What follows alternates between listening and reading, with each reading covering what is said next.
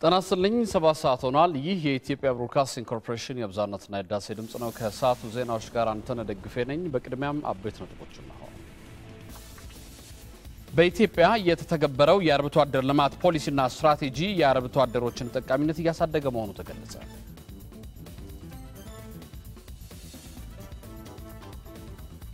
በቻድ ሐይቅ ተፋሰስ ሀገራት የሚስተዋለውን ሰብአዊ ቀውስ ለመፍታት ዓለም አቀፍ ማህበረሰብ የሚሳተፍበት ጉባኤ በኖርዌይ ኦስሎ ሊካሄድ ነው። አብራችሁን ቆዩ። በኢትዮጵያ የተተገበረው የአርብቶ አደር ልማት ፖሊሲና ስትራቴጂ የአርብቶ አደሮችን ተጠቃሚነት እያሳደገ መሆኑ ተገለጸ።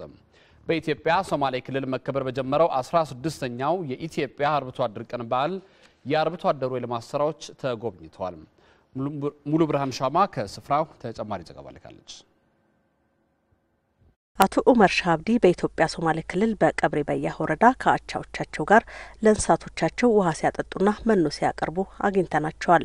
እሳቸውም ሆነ ጓደኞቻቸው እንደሚሉት ታዲያ የፌዴሪ መንግስት ውሃ ለአርብቶ አደሩ የኑሮ መሰረት መሆኑን በመገንዘብ በተከናወኑ ተግባራት አርብቶ አደሩ ለራሱና ለእንስሳቱ ውሃ ፍለጋ ከቦታ ቦታ ከመዘዋወር ተላቆ በተረጋጋ ሁኔታ ልማቱን ማጣጣም ጀምሯል።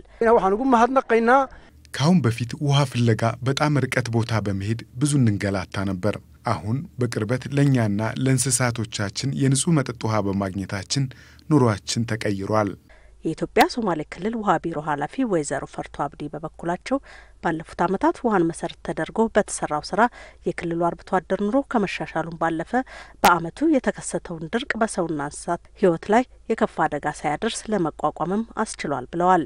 በክልሉ መካሄድ በጀመረው 16ኛው የኢትዮጵያ አርብቶ አደሮች ቀን በመስክ ጉብኝት የተሳተፉት የፖሊሲ ጥናትና ምርምር ዋና ዳይሬክተር አቶ በረከት ስምኦን አሁን በክልሉ በተጨባጭ የተመለከቱት የክልሉን አርብቶ አደር የተሻለ ተጠቃሚ እንዲሆኑ ከማስቻሉን ባለፈ ለሌሎችም በአርአያነት የሚወሰድ መሆኑን ተናግረዋል። አርብቶ አደር ማህበረሰብ ለሰውና ለእንስሳት የሚሆነው ውሃ በጣም ተፈላጊነት ያለው ውሃ ነው። በዚህ ረገድ ክልሉ እየሰራ ያለው ተግባር ለሌሎችም ክልሎች ሳይቀር አርአያነት ያለው ተግባር ነው። ብዙ ቦታዎች የውሃ ችግር ተቃሎ አይቻለሁ። በዚህ በድርቅ ወቅት እነዚህ የውሃ ነጥቦች ባይኖሩ ኖሮ ክልሉ አስቀድሞ ዝግጅት ባያደርግ ኖሮ ብዙ እንስሳት ሊጎዱ የሚችሉበት እድል እንደነበር መገመት ይቻላል። ነገር ግን ያን ጉዳት ማስቀረት ችሏልና በበኩሌ በጣም ኢምፕሬስድ ሆኛለሁ። በጣም ትልቅ ስራ የተሰራበት ሁኔታ ነው የተመለከትኩት። አርብቶ አደሮቹ በስካሁኑ ስራ በቅርበት ውሃ፣ ጤናና ትምህርት የመሳሰሉትን ማህበራዊ አገልግሎቶች እንዲያገኙ በመደረጉ ኑሯቸው በእጅጉ የተሻሻለ ቢሆንም ወደ ከፊል አርብቶ አደርነት ተቀየረው ዘላቂ ልማቱን ለማጣጣም ግን አሁንም ተጨማሪ የውሃ አቅርቦት እንዲመቻችላቸው ላቀረቡት ጥያቄም የፌዴራልና አርብቶ አደር ልማት ጉዳዮች ሚኒስትሩ አቶ ካሳ ተክለ ብርሃን ተከታዩን ብለዋል። እነዚህ ስራዎች እንደሚቻል ትምህርት ይሰጡናል። ግን መስራት ያለብን ገና ረጅም ርቀት ወደፊት ነው ያለው እጃችን ላይ ያለው። ስለዚህ አሁንም የምንወያየው ይሄንን የተመለከተ ነገር እናነሳለን።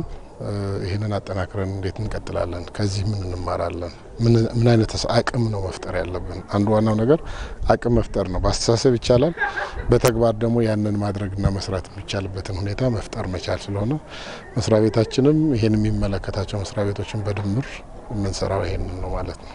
በኢትዮጵያ ሶማሌ ክልል ጅጅጋ በድምቀት መከበር በጀመረው 16ኛው የኢትዮጵያ አርብቶ አደሮች ቀን በክልሉ የተሰሩ የውሃ ስራዎች የጅጅጋ የእንስሳት ጤና ኳራንታይን ጣቢያና ኤክስፖርት ቄራ ተጎብኝተዋል። ለኢቢሲ ከጅጅጋ ለተጠናቀረው ዘገባ ሙሉ ብርሃን ሻማ ነኝ።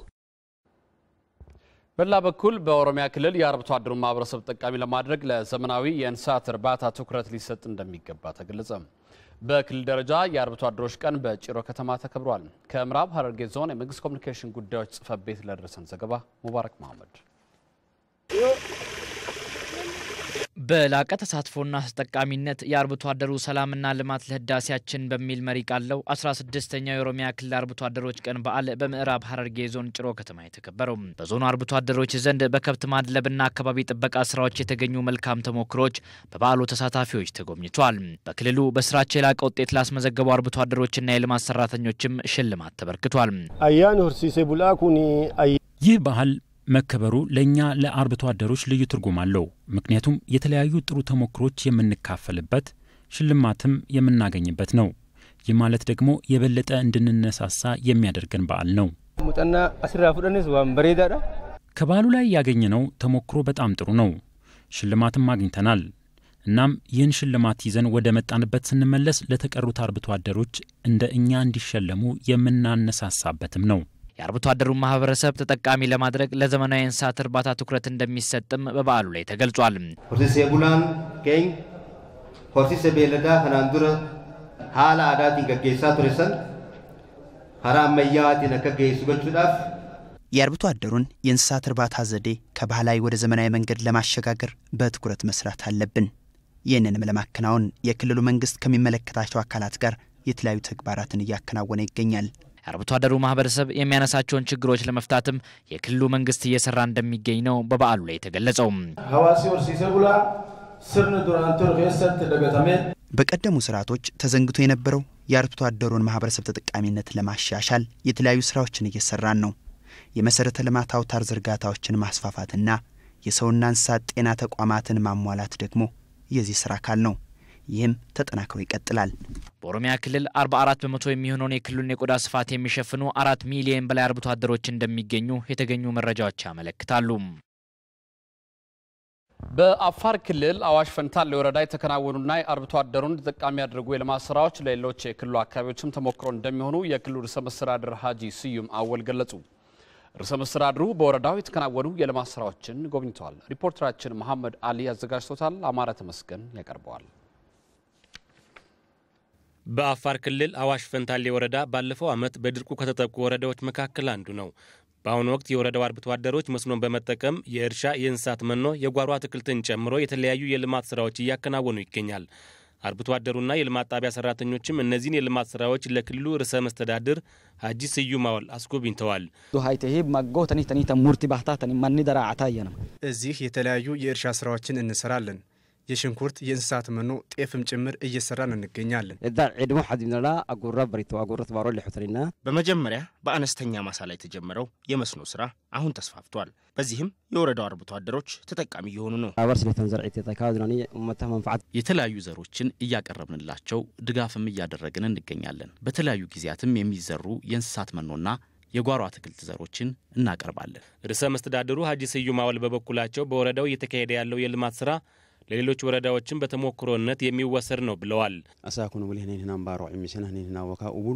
ባደረግነው ጉብኝት የተመለከትናቸው የልማት ስራዎች የበቆሎ እርሻ፣ ሽንኩርት፣ ማሾ፣ የእንስሳት መኖና ሌሎችም በሰፊው እየተሰሩ ነው።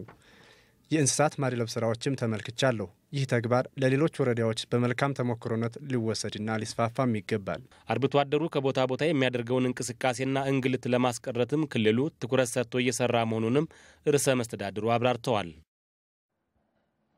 በኢትዮጵያ ሲቪል ሰርቪስ ዩኒቨርሲቲ የሚስተዋሉ የኪራይ ሰብሳቢነትና የመልካም አስተዳደር ችግሮች ለመፍታት የሚያስችሉ እርምጃዎች እንደሚወሰድ ተገለጸ።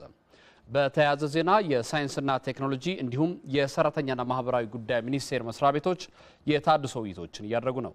ኮሰን ብርሃኑ ተጨማሪ አለው። የኢትዮጵያ ሲቪል ሰርቪስ ዩኒቨርሲቲ አመራሮችና ሰራተኞች የጥልቅ ተሃድሶ ውይይት ጀምረዋል። የመንግስት ተቋማትን አቅም ለማጎልበት ኃላፊነት የተጣለበት ተቋሙ በሰራተኞች ላይ የኪራይ ሰብሳቢነት አዝማሚያና የመልካም አስተዳደር ችግሮች እንደሚስተዋሉ ነው የዩኒቨርሲቲው ፕሬዝዳንት ፕሮፌሰር ፍቅሬ ደሳለኝ የተናገሩት። አንዱ ዜጋ ምንም ሳይሰራ የመንግስት ቅጥረኛ ሆኖ ደሞዝ የሚያገኝ፣ ሌላኛው ዜጋ ደግሞ ውጪ ሆኖ የለፋ ለመንግስት ግብር የሚከፍልበት ስርዓት ሊኖር አይገባም። አሁን አልፎ አልፎ የሚታየው እዚህ ተቋምም ይሄ ነው። ይሄንን ነው የምንነጋገር። በውይይቱ የተቋሙ ችግሮችን በመለየት ሂስና ግለ ሂስ በማድረግ ጉልህ ችግር ያለባቸውን አካላት በህግ እስከ መጠየቅ እንደሚደረስ ተገልጿል። ሁላችንም የተሰማራንበትን ስራ ጠንቅቀን እናውቀዋለን ወይ? ለዛ የሚሆን ክህሎት አለን ወይ? እንደ አመራርም እንደ ፈጻሚ ምን ሰራውን ነገር ሳናቅ የሚፈለገውን ውጤት ሳናመጣ መቀጠል ማለት አጠቃላይ የተቋሙን ውጤታማነት የሚጎዳ ነው የሚሆነው። ስለዚህ አመራሩም በዚህ መነጽር የሚታይበት፣ እያንዳንዱ ሰው በዚህ መነጽር የሚታይበት ነው የሚሆነው። በተመሳሳይም የሰራተኛና ማህበራዊ ጉዳይ ሚኒስቴር የጥልቅ ተሃድሶ ውይይት በማካሄድ ላይ ነው። የሰራተኛና ማህበራዊ ጉዳይ ሚኒስትር ዴኤታ ወይዘሮ ታደለች ዳለችው ውይይቱ በሚኒስቴር መስሪያ ቤቱ የሚስተዋሉ ችግሮችን ለመፍታት ያስችላል ብለዋል። የህዝብ አገልጋዮች ነን፣ ህዝብ ቀጥሮናል፣ መጥቶ ከኛ አገልግሎት ይወስዳል። ስለዚህ ለምናገለግለውና ለቀጠረን ደሞዛችንን ለሚከፍለን ህዝብ እንዴት እያገለገልን እንደሆነ ራሳችንን ፈትሸን በቀጣይነት የተሻለ አገልግሎት በመስጠት ብቁና ውጤታማ ሲቪል ሰርቫንት መሆን ከኛ ስለሚጠበቅ ነው። የሳይንስና ቴክኖሎጂ ሚኒስቴርን በስሩ ከሚገኙ 9 ተጠሪ ተቋማት ጋር የውስጥና የውጭ ችግሮችን መለየት የሚችልበት የተሃድሶ መድረክ እያካሄደ ይገኛል። መድረኩም በየተቋማቱ የሚስተዋሉ አንኳር ችግሮችን በመለየት የችግሮቹን መነሻዎችና መፍትሄዎቻቸው ላይ የጋራ መግባባት በመፍጠር የህዝብ አገልግሎቱን የተሻለ ለማድረግ ያለመ ነው። ሳይንስና ቴክኖሎጂ ምን ስላልተጫወተ ነው ዝቅተኛ የሆን ነው? በቁጥር ብዙ የቀንድ ከብቶች ይዘን ግን በምርታማነት ለምን ወደ ኋላ ቀረን የሚለው ልየታ አድርገናል። በግብርናችንም እንደዛ ነው። ስለዚህ ሳይንስና ቴክኖሎጂ በሚቀጥሉት የጥቂት ወራት እነዚህን ክፍተቶች ለይተን በተለይ በ24 ዘርፎች ሀገራዊ የቴክኖሎጂ ፍኖተ ካርታ ሰርተናል። ሳይንስና ቴክኖሎጂ መድረስ ማገልገል በሚገባው ልክ ያገለግላል፣ ይደርሳል ብለን እንወስዳለን። የሀገሪቱን ሰላምና እድገት ዘላቂ ለማድረግ የሃይማኖት ተቋማት ከፍተኛ ድርሻ እንዳላቸው የተወካዮች ምክር ቤት አፈ ጉባኤ አባዱላ ገመዳ ገለጹ። የኢትዮጵያ ወንጌላዊት ቤተክርስቲያን መካነ ኢየሱስ 20ኛውን አብይ ጉባኤ ማስተናገድ ጀምራለች። ዮሞገስ ተጨማሪ አለው። የኢትዮጵያ ወንጌላዊት ቤተክርስቲያን መካነ ኢየሱስ በየ4 ዓመቱ አብይ ጉባኤ ያካሂዳል።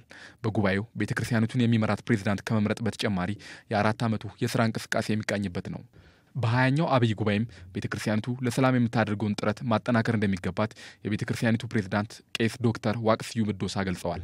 የቤተክርስቲያናችን ዋናው አስተምሮና መልእክት ሰላም መሆኑን እንገነዘባለን። በዚህ መሰረት ምዕመናን በያሉበት አብረዋቸው ከሚኖሩ የማህበረሰቡ አባላት ጋር ተቀባብለውና በሰላም እንዲኖሩ ህብረታቸውን ማጠናክረው ይህንን የሰላምና የአንድነት እሴት ጠብቀው እና ጎልብተው ለትውልድ ለማስተላለፍ ለሌሎችም ምሳሌ በመሆን ማስተማርና ለሰላም ግንባታ ስራ የበኩላቸውን አስተዋጽኦ ማድረግ ዛሬም ከያንዳንዳችን የሚጠበቅ ነው።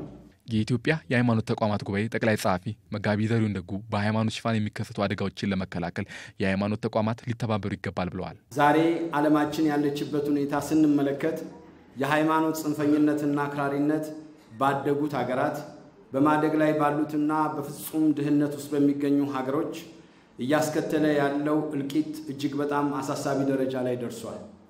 በመሆኑም እንዲህ አይነቱ በሃይማኖት ሽፋን የሚከሰቱን አደጋ ለመከላከል ከሌሎች ሃይማኖቶች ጋር በመናደርገው ትብብር አደጋውን መቀነስና አመለካከቱን መቀየር እንደሚቻል ከተግባር ተምረናል። የህዝብ ተወካዮች ምክር ቤት አፈ ጉባኤ አባዱላ ገመዳ በበኩላቸው ለሀገሪቱ ሰላምና እድገት የሃይማኖት ተቋማት ሰፊ እንቅስቃሴ እያደረጉ ነው ብለዋል። የሀገራችን የእምነት ተቋማትም በጋራ ይሁን በተናጠል ህብረተሰባችንን ለመገንባት የሚያደርጉት እንቅስቃሴ እጅግ ሰፊና ጠቀሜታውም ከፍተኛ ነው።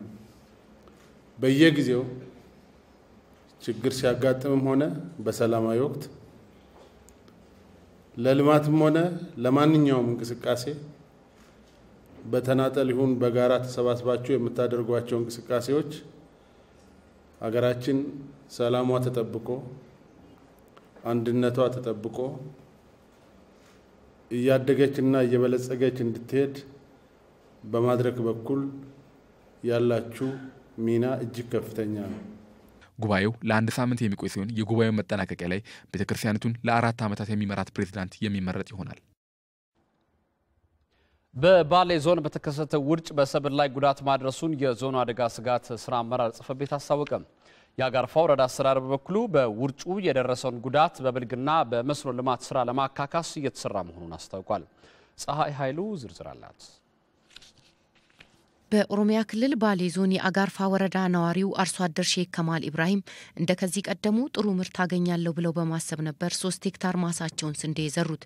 ያሰቡት ግን አልሆነላቸውም። ባስተማሩን መሰረት እንደዛው ዋግንም 3-4 ከረጫንበት በኋላ ይህሉ ፍሬ ሆኗል ብለን ስናየው በመሃል አጋጣሚ እንደቆራ አይነት መጥተው እንደዚህ እንደምታዩት ይህሉን ፍሬ አለ ብለን እኛም እየገመትን አንድ ነገር አመት ሆነው እንደዚሁ ቀራ። ሌሎች አካባቢው አርሶ አደሮችም በውርጩ ምክንያት ተመሳሳይ ችግር ገጥሟቸዋል። አከ ከነት ነው አከ ቆቴ ቡላቲቲ ጋፈ ዱራን አርገነ ጀነ እትያነዩ እንደኛ ሐሳብ ጥሩ ምርት እናገኛለን ብለን ነበር ያሰብነው፣ ግን ሳይሆን ቀረ። የግብርና ባለሙያዎች የሰጡንን ትምህርት ሁሉ ተግባራዊ አድርገናል። የሰብል ቁመናውም ሲታይ ጥሩ ነበር፣ ግን አሽተን ስናየው ፍሬ የለውም። አሁን እኔ 1 ሄክታር ማሳ ላይ ስንዴ፣ 1 ሄክታር ላይ ደግሞ ተልባና ሽምብራ ዘርቼ ነበር፣ ግን ከዚህ ሁሉ ምንም ምርት አላገኘሁም። የአጋርፋ ወረዳ በትርፍ አምራችነቱ የሚታወቅ መሆኑን ነው የወረዳው እርሻና ተፈጥሮ ሀብት ልማት ጽሕፈት ቤት ያስታወቀው። ይሁንና የተከሰተው ውርጭ ከ9000 ሄክታር መሬት በላይ በተዘራው ሰብል ላይ ጉዳት አስከትሏል። ችግሩ በ4 ወረዳዎች ላይ የተከሰተ መሆኑን ነው የዞኑ አደጋ ስጋት ስራ አመራር ጽሕፈት ቤት ያስታወቀው። ምርትና ምርታማነቱ ከአምናው ጨምሯል ብሎ መውሰድ ይቻላል። በሌላ አንፃር ግምገማውን የምርት ግምገማውን ካካሄድን በኋላ የተረጂውን ቁጥር ከለየም በኋላ የተከሰተ ችግር አለ። ከቆራ ጋር ተያይዞ ዋግ አለ። ዋግን በተቻለ መጠን ለመቆጣጠር ብዙ ስራዎች ተሰርተዋል። በተለይ ይሄ ቆራ የሚባለው ብዙ ሄክታር ነው። ወደ 16000 ሄክታር የሚሆነውን የደረሰውን ሰብል አበላሽቷል። እናም ውርጩ የቀነሰውን ምርት ለማካካስ በቀጣይ በሚካሄደው የበልግና የመስኖ ልማት ስራ ላይ ትኩረት ተደርጎ እንደሚሰራም ተገልጿል። ሀርኪ ጫሉፊ ፐርሰንቲን ገረ 8 ኡሊ ኡመተ ሚዳን ጋሪ አርገቴ ዋንተኤፍ ዘንድሮ 80% የወረዳችን አርሶ አደሮች ከፍተኛ ምርት አግኝተዋል። ውርጩ በሰብል ላይ ችግር ያስከተለው የተወሰነ አካባቢዎች ላይ ነው። ችግሩንም በፌዴራል መንግስት ድጋፍና በወረዳችን መጠባበቂያ ፈንድ እንቋቋመዋለን። የተከሰተው ችግር ብዙም ህብረተሰባችን ላይ ጉዳት ያደርሳል ብለን አንሰጋም። ወደፊት ለሚመረተው የበልግ ምርት ዝግጅት እያደረግን ነው። የመስኖ ልማቱንም አጠናክረን እንቀጥላለን።